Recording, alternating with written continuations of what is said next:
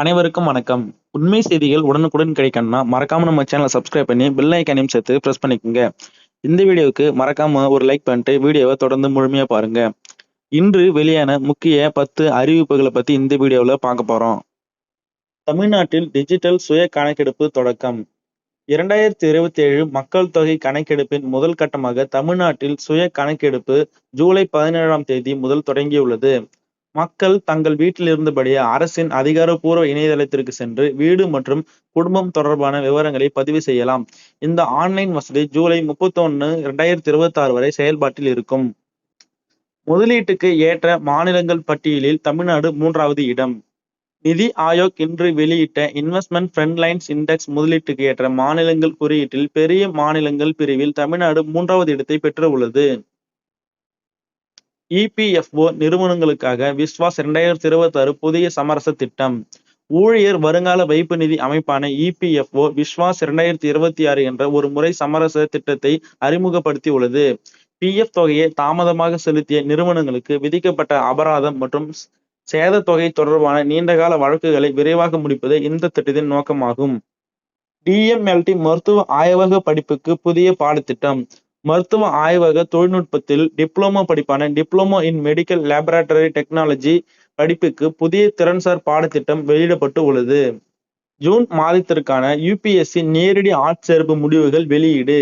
மத்திய அரசு பணியாளர் தேர்வாணையமான யுபிஎஸ்சி 2026 ஜூன் மாதத்தில் இறுதி செய்யப்பட்ட நேரடி ஆட்சேர்ப்பு முடிவுகளை இன்று வெளியிட்டு உள்ளது. விமான டிக்கெட் முன்பதிவில் ஏமாற்றும் நடைமுறை. ஸ்பைஸ் ஜெட் நிறுவனத்திற்கு அபராதம். விமான டிக்கெட் முன்பதிவு இணையதளத்தில் பயணிகளின் வெளிப்படையான ஒப்புதல் இல்லாமல் சில வசதிகள் தானாக தேர்வு செய்யப்பட்டதாக கண்டறியப்பட்டதை தொடர்ந்து ஸ்பைஸ் ஜெட் நிறுவனத்திற்கு மத்திய நுகர்வோர் பாதுகாப்பு ஆணையம் 1 லட்சம் ரூபாய் அபராதம் விதித்து உள்ளது. தாய், குழந்தைகள் மற்றும் நரம்பியல் சிகிச்சைக்கான புதிய மருத்துவ மையங்கள்.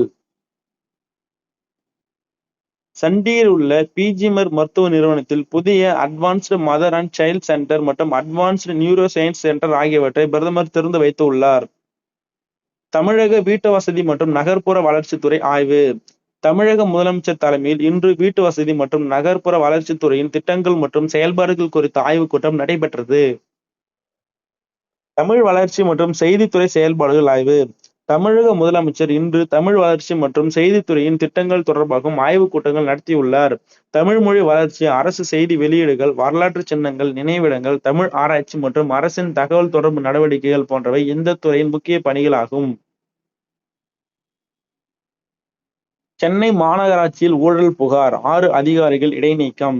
சென்னை மாநகராட்சியில் லஞ்சம், போலி பில்கள் மற்றும் பணம் பெற்றுக்கொண்டு வேலை வழங்கியதாக கூறப்படும் குற்றச்சாட்டுகள் தொடர்பாக 6 அதிகாரிகள் இடைநீக்கம் செய்யப்பட்டு உள்ளனர். அவர்களுக்கு எதிரான குற்றச்சாட்டுகள் குறித்து துறை ரீதியான விசாரணை நடைபெற இருப்பதாகவும் செய்திகள் வெளியாகி உள்ளன. மேலும் இது குறித்த அப்டேட்டுகள் கிடைக்கணும்னா மறக்காம நம்ம சேனலை சப்ஸ்கிரைப் பண்ணி பெல் ஐகானையும் சேர்த்து பிரஸ் பண்ணிக்கங்க. இந்த வீடியோவுக்கு லைக் பண்ணிட்டு வீடியோவை மறக்காம ஷேர் பண்ணுங்க.